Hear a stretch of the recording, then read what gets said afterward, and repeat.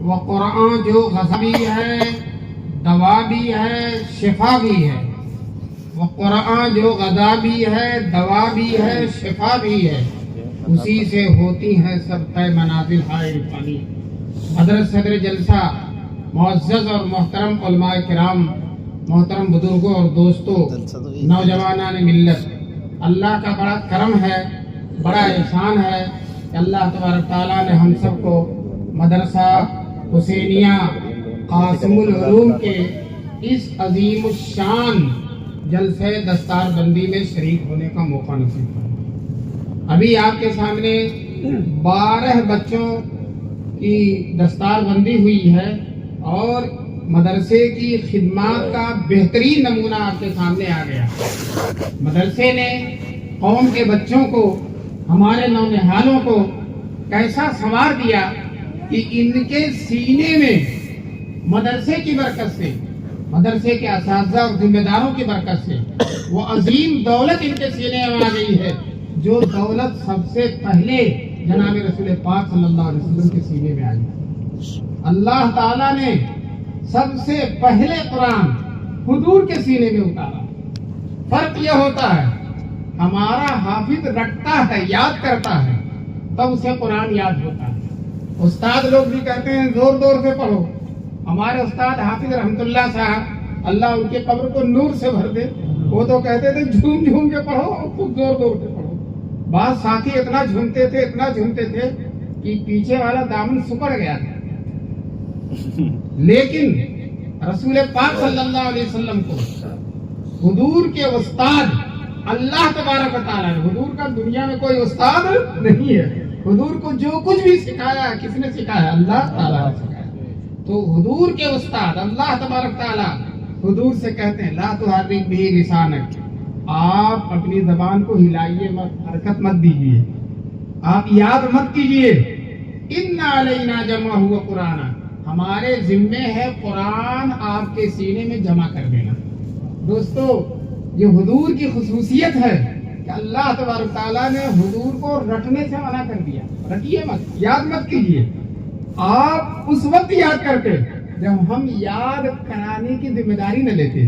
ہم نے تو آپ کو قرآن یاد کرانے کی کیا لینی ہے؟ ذمہ داری دینی۔ ان علینا جمع ہوا قرآن، ہمارے ذمے ہے قرآن آپ کے سینے میں جمع کر دینا، وہ قرآن اور اسے پڑھوا بھی دینا۔ فَإِذَا قَرَأْنَاهُ فَاتَّبِعْ قُرْآنَهُ، جب ہم پڑھائیں تو جیسے ہم پڑھا رہے ہیں اسی طرح سے پڑھیے۔ ثُمَّ إِنَّ عَلَيْنَا بَيَانَهُ، پھر ہمارے ذمے ہے اس کا معنی اور مطلب بھی آپ کے سینے میں ڈال دینا۔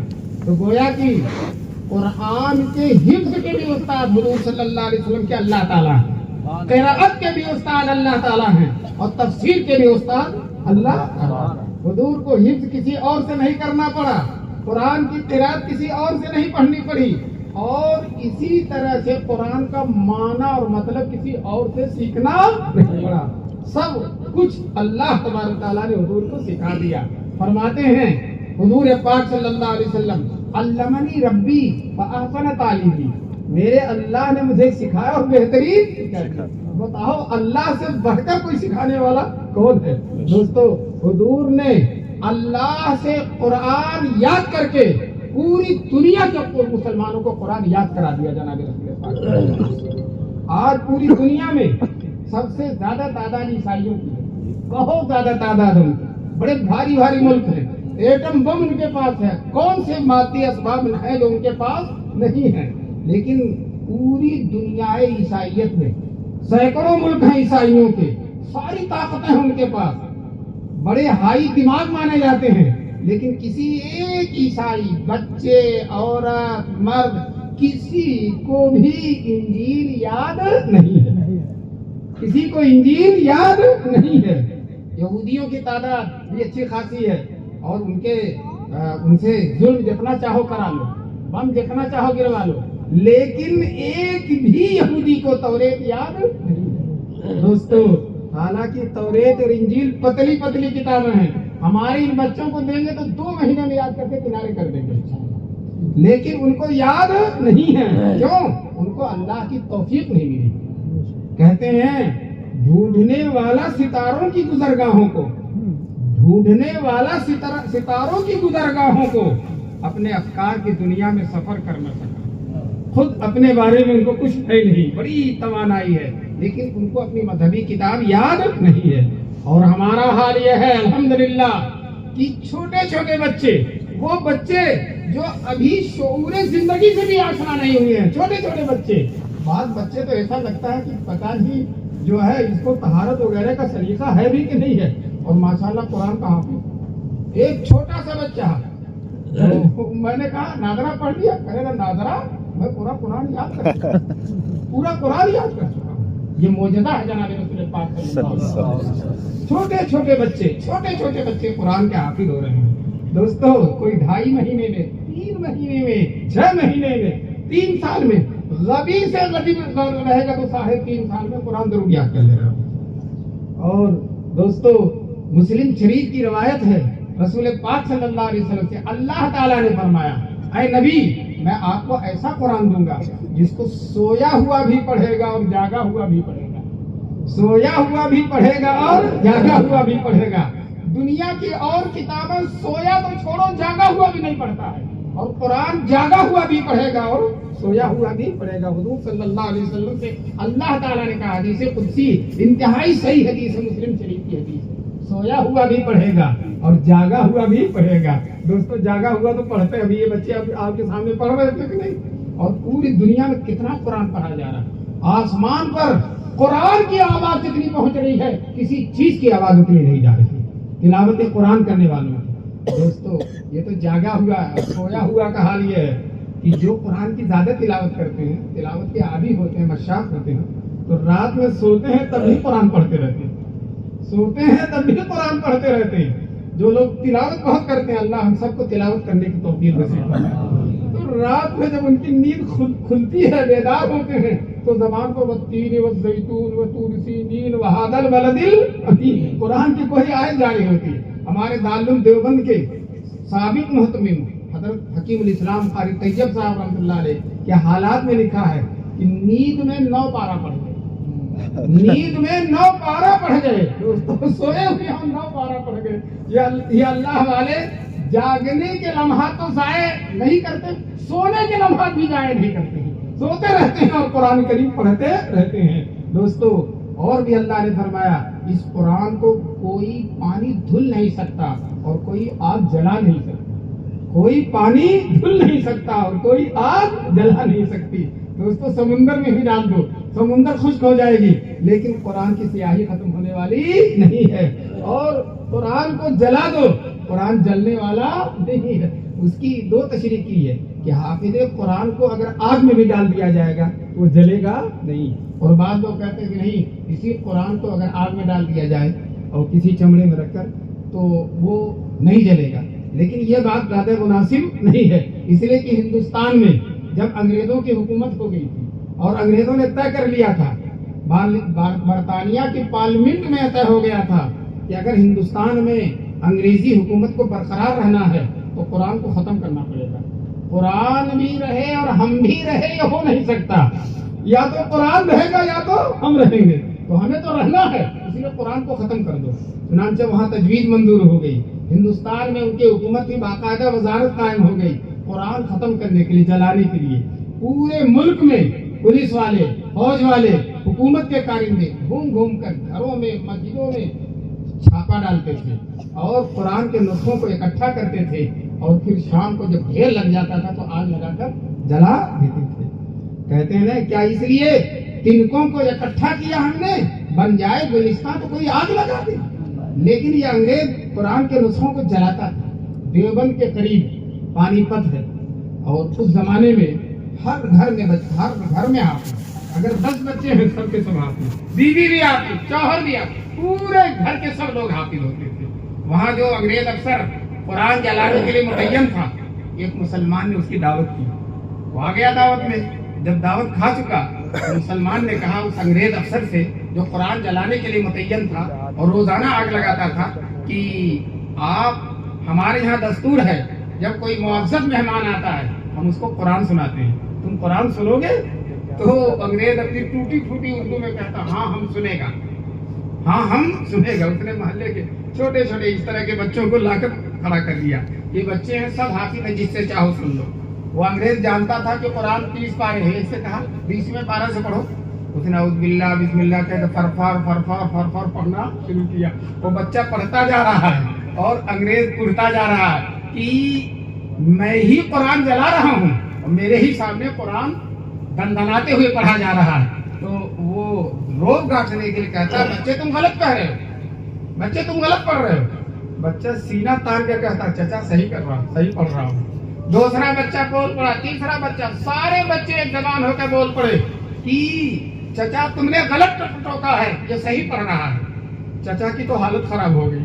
اس نے کہا میں قرآن کے نسخوں کو تو جلا دوں گا لیکن ان معصوم سینوں سے میں قرآن کو کیسے ختم کر سکتا ہوں. دوستو چنانچہ یہ تجوید ٹھنڈے بستے میں ڈال دی گئی، ختم ہو گئی اور قرآن کو انگریز ختم نہیں کر سکا.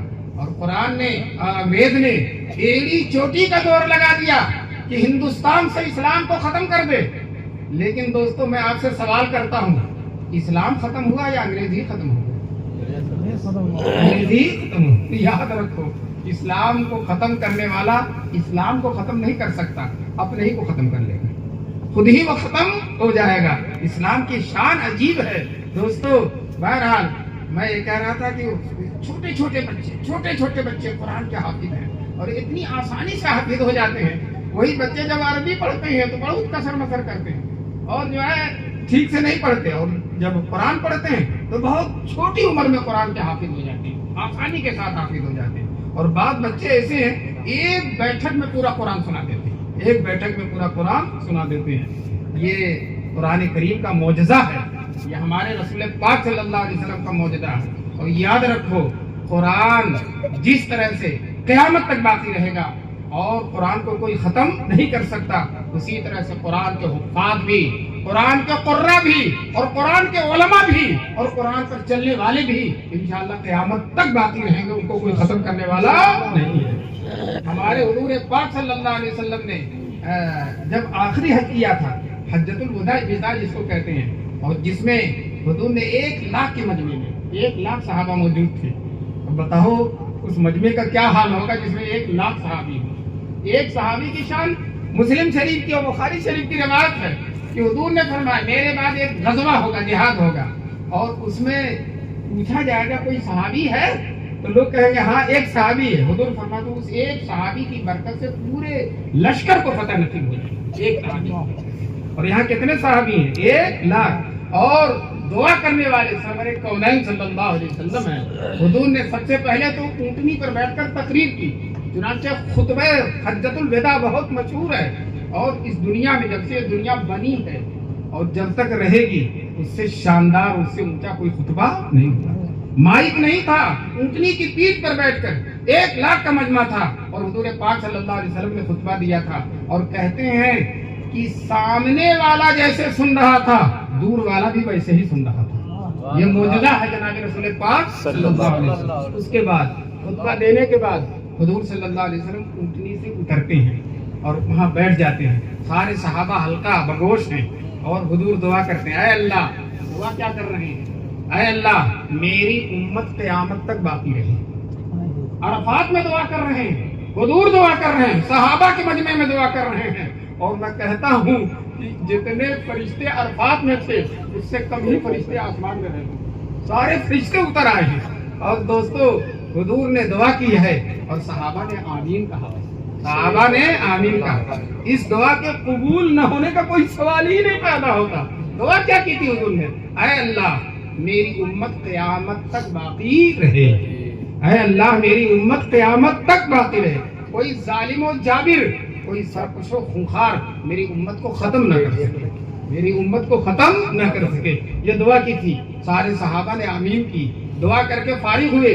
جبریل امین اللہ کی طرف سے بشارت لے کر آ گئے، میرے محبوب آپ کی دعا قبول ہے، میرے محبوب آپ کی دعا قبول ہے.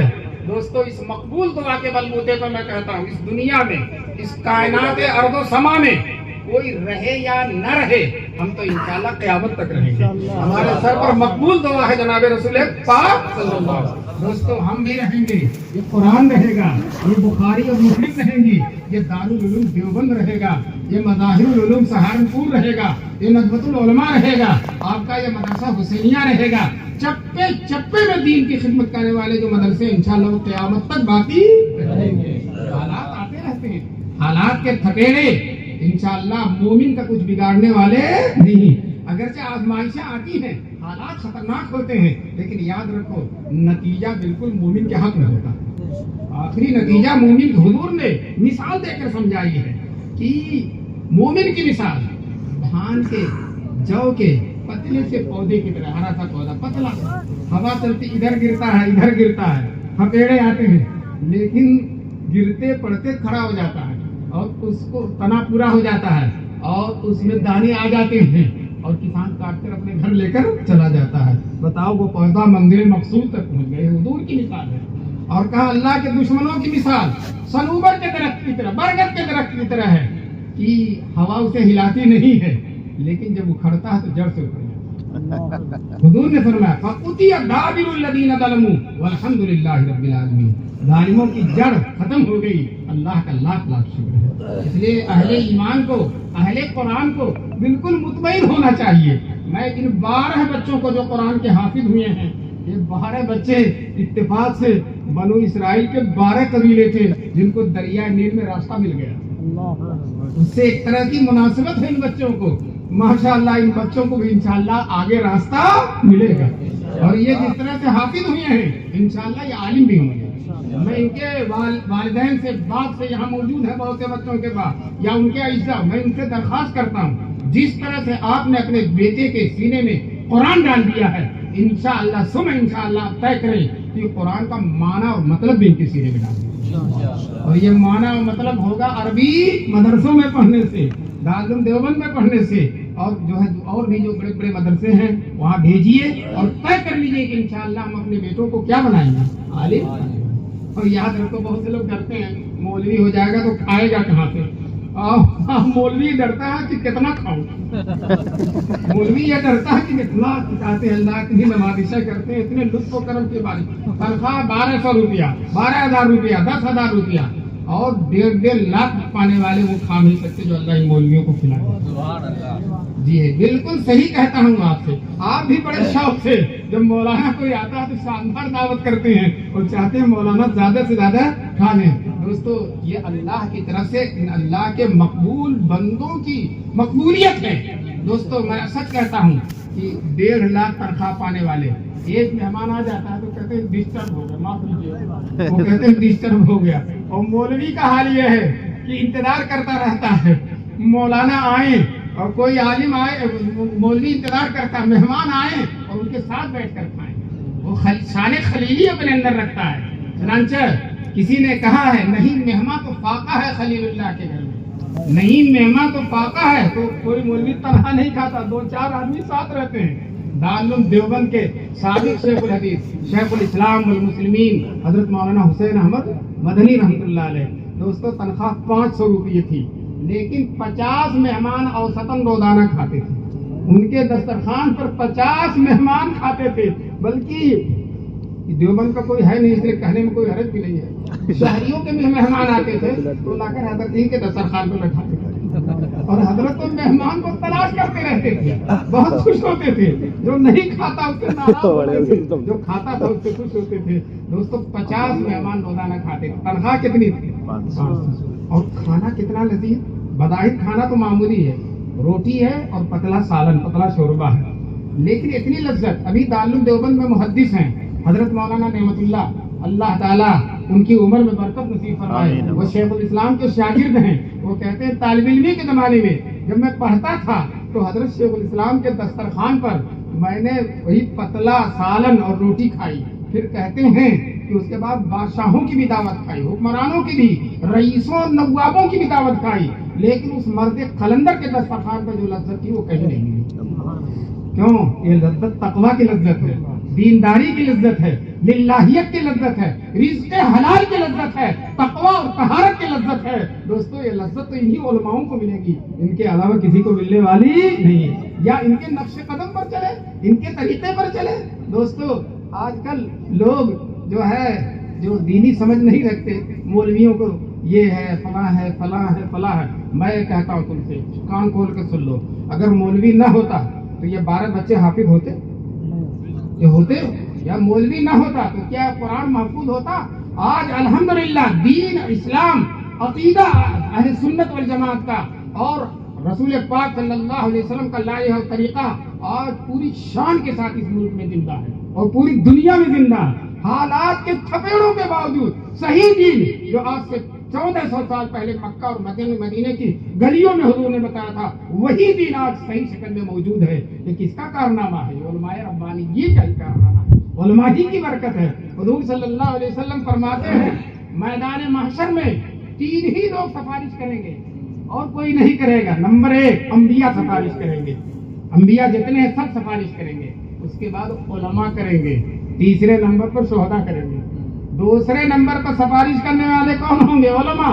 دوستو ہم تو جو ہے انبیاء تو ہمارے سامنے ہے نہیں، شہداء بھی کہاں ملتے ہیں؟ بہت کم ملتے ہیں. یہ تو بہت غنیمت ہے، بہت بڑی سعادت ہے کہ اللہ تعالیٰ کسی کے خون کو اپنے راستے میں قبول فرما لے، تو بہت بڑی سعادت ہے. لیکن دوستو علماء ہمارے پاس ہیں، یہ میدان محشر میں سفارش کریں گے. اگر ہم علماء کو تنقید کریں گے، برا بھلا کہیں گے اور سفارش کی ضرورت پڑ گئی تو بتاؤ کریں گے؟ یہ بڑے بااخلاق ہوتے ہیں، اس کے باوجود کر دیں گے، اس کے باوجود کر دیں گے. یہ کہتے ہیں چلو ٹھیک ہے، اس نے مجھے برا بھلا کہا ہے لیکن اے اللہ اس کا برا نہ ہو، یہ جہنم میں نہ جائے. یہ سفارش کر دیں گے علماء. حدیث میں مسلم سے مشکات شریف کی حدیث میں ہے کہ ایک نوجوان مسلمان جہنم کی لائن میں لگ گیا ہے، جہنم میں جانے والا ہے. 2 ہی لائن لگے گی، ایک جنت کی اور ایک جہنم کی. اللہ تعالیٰ ہم سب کو جنت کی لائن میں لگنے کے توفیق. قرآن میں فرمایا فریق فی الجنت و فریق فی السعیر، ایک گروہ جنت کی طرف جا رہا ہو، ایک گروہ جہنم کی طرف. وہ نوجوان جہنم کے گروہ میں لگ گیا گناہوں کی وجہ سے. اب وہ بہت پریشان ہے، یا اللہ اب گیا جہنم میں، اب گیا.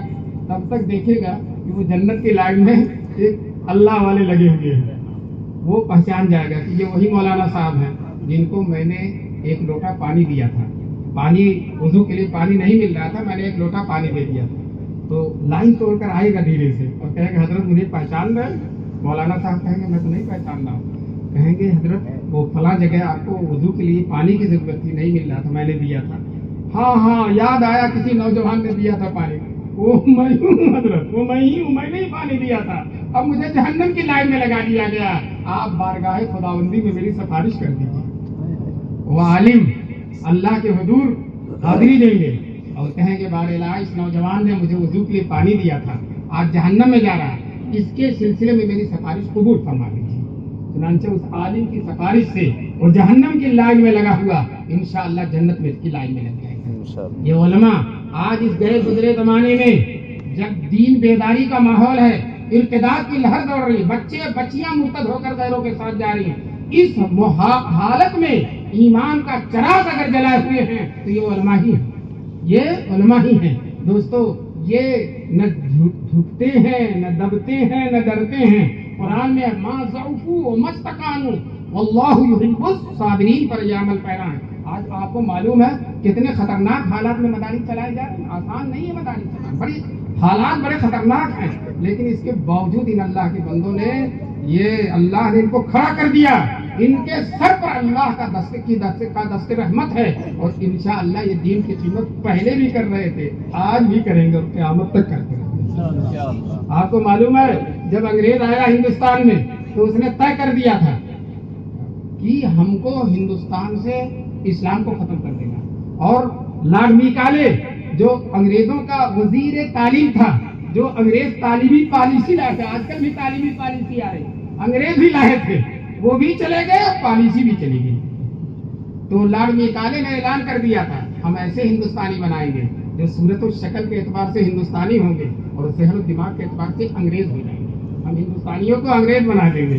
دوستو یہ تخت و تاج کا اعلان ہے، لیکن ادھر اللہ نور سے بھر دے بزرگان دیوبند کی خبروں کو. مولانا قاسم نانوتوی، مولانا رشید احمد گنگوہی، حاجی امداد اللہ مہاجر مکی، ان اللہ کے شیروں نے، اللہ کے بندوں نے جو ہے بڑی عاجزی اور تواضع کے ساتھ دیوبند کا مدرسہ قائم کر کے یہ اعلان کر دیا کہ ہم انشاءاللہ اس دینی تعلیم کی برکت سے، انگریزی تعلیمی پالیسی نہیں، دینی تعلیم کی برکت سے، دیوبند کی برکت سے، مدرسوں کی برکت سے ایسے ہندوستانی بنائیں گے جو صورت و شکل کے اعتبار سے ہندوستانی ہوں گے اور ذہن و دماغ کے اعتبار سے مکی اور مدنی ہوں گے۔ مسلمانوں بتاؤ ہم مکی اور مدنی ہیں کہ نہیں مکی اور مدنی؟ اور دوستوں میں آپ سے بتا دوں ہر مسلمان مدینے کے لیے پریشان ہوتا ہے۔ لاک ڈاؤن کے بعد پیسہ کم ہو گیا لیکن حج عمرہ کرنے والے بڑھ گئے۔ جس کو دیکھو جو پورے خاندان کے ساتھ جا رہا ہے، تو یہ مکی اور مدنی ہونے کی پہچان ہے۔ شاعر کہتا ہے مسلمان، مدینہ جاؤں پھر آؤں، مدینہ پھر جاؤں، مدینہ جاؤں پھر آؤں، مدینہ پھر جاؤں، تمام عمر اسی میں تمام ہو جائے، بلا لو جلد مدینہ، یہ ہے امیر کو خوف کہیں نہ عمر دروزہ تمام ہو جائے۔ دوستو یہ ہمارے علماء دیوبند کی برکت ہے، انہوں نے دیوبند کا مدرسہ قائم کر کے، میں سچ کہتا ہوں پوری دنیا میں اسلام کی حفاظت اور اشاعت کا اتنا بڑا کارنامہ انجام دیا ہے جو اللہ تبارک تعالیٰ نے انہی سے لیا ہے۔ 150 سال میں اتنا بڑا کارنامہ کسی اور نے انجام نہیں دیا۔ دارالعلوم کو قائم ہوئے کتنے ہو گئے؟ 150 سال۔ اور آج دارالعلوم کا حال یہ کہ پوری دنیا میں جہاں بھی مسلمان ہیں، جہاں بھی لوگ ہیں، الحمدللہ دارالعلوم دیوبند کا فیض وہاں تک پہنچا ہوا ہے۔ ابھی امام حرم دیوبند میں تشریف لائے تھے، اپنی تقریر میں کہا انہوں نے، سبیل صاحب رحمۃ اللہ علیہ تشریف لائے تھے، انہوں نے کہا میں امام حرم ہونے کی حیثیت سے پوری دنیا میں گیا اور جس ملک میں بھی گیا دارالعلوم دیوبند کا فیض سورج اور چاند کی طرح چمکتا ہوا نظر آیا۔ دوستو انگریزوں نے بہت طے کر لیا تھا کہ دارالعلوم دیوبند کو مٹا دیں، بہت کوشش کی تھی، بہت ایڑی اور چوٹی کا انہی کی حکومت تھی، انہی کے پاس توپیں تھی، انہی کے پاس بندوقیں تھیں، انہی کے پاس تخت و تاج تھا، طاقت و قوت تھی، سارے ذرائع استعمال کر لیے کہ دارالعلوم دیوبند کو بند کر دیا جائے، دارالعلوم دیوبند کو بند کر دیا۔ میں آپ سے پوچھتا ہوں دارالعلوم دیوبند بند ہوا یا انگریز ہی بند ہو گیا؟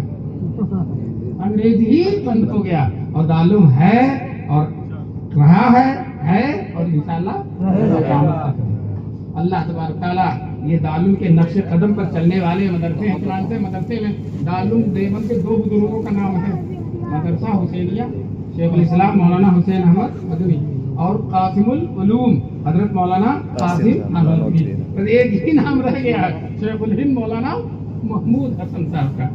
قاری طیب صاحب نے لکھا ہے علماء دیوبند تو بہت ہیں لیکن ان میں 3 بہت اہم ہیں، 3 کڑی۔ پہلی کڑی مولانا قاسم نانوتوی ہے، دوسری کڑی شیخ الہند مولانا محمود حسن ہے، اور تیسری کڑی شیخ الاسلام مولانا حسین احمد مدنی ہے۔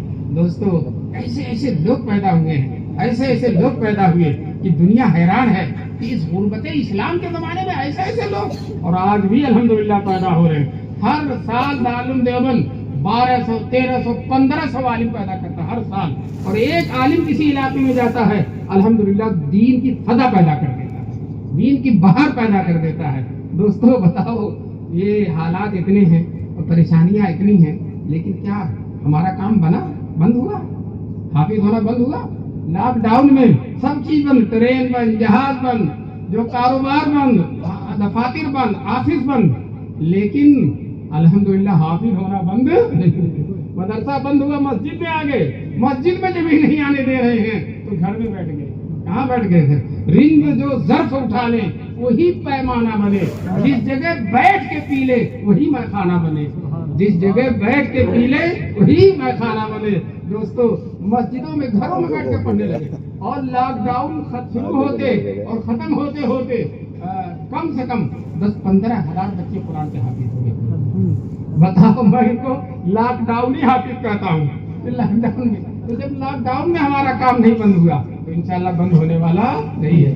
یہ جلسہ چونکہ بہت لمبا نہیں ہے اور مختصر ہے، اور ماشاءاللہ اسی جلسے میں دیکھا کہ پہلے دستار بندی ہو گئی اور اطمینان سے، اور ہر جگہوں پہ میں دیکھتا رہا کہ دستار بندی کے بعد لوگ چلے جاتے ہیں، کام ہو گیا، لیکن یہاں ماشاءاللہ ڈٹ کر بیٹھے ہوئے ہیں، اور میرے بعد بھی عالم ہیں، اس لیے مجھے زیبا نہیں ہے کہ لمبی تقریر کروں، لیکن اتنا میں آپ کو بتا دینا چاہتا ہوں کہ حدیث میں رسول پاک صلی اللہ علیہ وسلم نے فرمایا ہے جس کا بیٹا قرآن کا حافظ ہو جاتا ہے، سنیے گا غور سے، اللہ تعالیٰ میدان محشر میں حافظ کو بھی بلائیں گے اور اس کے باپ کو بھی بلائیں گے، اور حافظ سے کہیں گے پڑھو، اور باپ وہیں کھڑے رہیں گے۔ حافظ ایک آیت پڑھے گا، باپ کا ایک درجہ بڑھے گا۔ حافظ بیٹا پڑھتا جائے گا اور باپ کا درجہ بڑھتا چلا جائے گا. ہمارے دارالعلوم دیوبند کے سابق شیخ الحدیث حضرت مفتی سعید صاحب اللہ ان کی قبر کو نور سے بھر دے, وہ کہتے تھے لطیفے کے طور پر, ڈنڈا کھایا بیٹے نے اور درجہ بڑھا رہا باپ کا.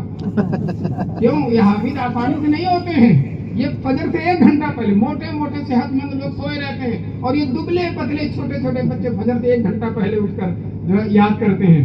اور جو قاری صاحب ہیں وہ بھی مصحف بچھا کے بیٹھ جاتے ہیں, اور لڑکا جو ہے سنانے آتا ہے, اور ایک غلطی تو معاف کر دیتے ہیں, دوسری غلطی پر تھپڑ کا ناشتہ دیتے ہیں, تھپڑ لگاتے ہیں. اسی کی طرف مفتی صاحب اشارہ فرما رہے ہیں, ڈنڈا کھایا بیٹے نے اور درجہ بڑھ رہا باپ کا. کیوں باپ کا درجہ بڑھا؟ باپ نے قربانی دی ہے, باپ نے اس کو انگلش میڈیم میں نہیں بھیجا, باپ نے اس کو سرکاری اسکولوں میں نہیں بھیجا, باپ نے اس کو سعودی عرب دبئی اور قطر کمانے کے لیے نہیں بھیجا, باپ نے اس کو سڑکوں اور گلیوں پر آوارہ گھومنے کے لیے نہیں چھوڑ دیا, بلکہ باپ نے اس کو جامعہ مدرسہ حسینیہ میں لا کر داخل کر دیا. یہ باپ کی قربانی ہے. آج قربانی پانے کا وقت ہے. وہ لوگ جن کے کئی بیٹے تھے اور ایک کو بھی حافظ نہیں بنایا, وہ کافی افسوس بنیں گے. کاش کہ ایک بیٹے کو بھی حافظ بنا دیتے, آج ہمارا بھی درجہ بڑھتا. مسلمانوں غنیمت ہے, موقع بھی وقت ہے.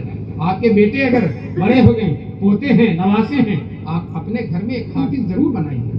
طے کیجیے کہ انشاءاللہ بنائیں گے. ہاتھ اٹھائیے کہ اپنے گھر میں حافظ, جو نہیں اٹھائے گا مشکل ہے اس کے گھر میں حافظ ہونا. جی ہو جائے گا سب کے گھر میں انشاءاللہ, طے کر لو. اور بہت بڑی سعادت کی بات ہے, یاد رکھو یہ دنیا میں کسی سے کم نہیں ہوتے, آخرت میں بھی آخر کو اس کی بہار ہی ہے. جو پڑھتے جائیں گے اور جنت کے درجات پر چڑھتے چلے جائیں گے. میں اس مدرسے کے ذمہ دار مولانا اسلم صاحب, قاری اکرم صاحب اور کئی لوگ ہیں جن کا نام میں نہیں جانتا, کمیٹی کے لوگ ہیں, میں سب کو دل کی گہرائیوں سے مبارکبادی دیتا ہوں کہ آپ پر قوم نے جو اعتماد کیا, قوم نے جو پیسہ دیا, آپ نے پیسے کا حق ادا کر دیا. اور میں دھامپور کے لوگوں سے کہتا ہوں, آپ نے مدرسے کو پیسہ دیا اور مدرسے نے آپ کو حافظ بنا کر دیا, آپ کے بچوں کو حافظ بنا دیا. میں پوچھنا چاہتا ہوں, آپ نے قیمتی چیز دی ہے یا مدرسے نے دی ہے؟ آپ نے تو پیسہ دیا, پیسہ تو ہاتھ کی میل آج رہے گا نہیں رہے گا, اور ان لوگوں نے آپ کے بچوں کو حافظ بنا کر دے دیا. دوستو یہ اتنا بڑا کارنامہ ہے کہ اللہ تبارک و تعالیٰ قبول کر لے تو اس سے بڑھ کر کوئی چیز نہیں ہو سکتی. میں دھامپور کے مسلمانوں سے کہتا ہوں, اپنے کو ان مدرسوں سے جوڑیے, اس میں آئیے, ان طلبا کو محبت کی نظر سے دیکھیے. یہ رسول پاک کے وارث ہیں, حضور کے جانشین ہیں, ان کو اگر محبت کی نظر سے دیکھو گے انشاءاللہ میدان محشر میں حضور کی سفارش ملے گی. سفارش, مدرسوں کی خدمت کرو, آؤ, چندہ دو یا نہ دو, محبت سے علماء سے مصافحہ کرو, طلبا سے مصافحہ کرو. اب یہ جو جنہوں نے بچوں کو انعام دیا ہے, میں سچ کہتا ہوں اللہ ان کو قیامت میں انعام دیں گے.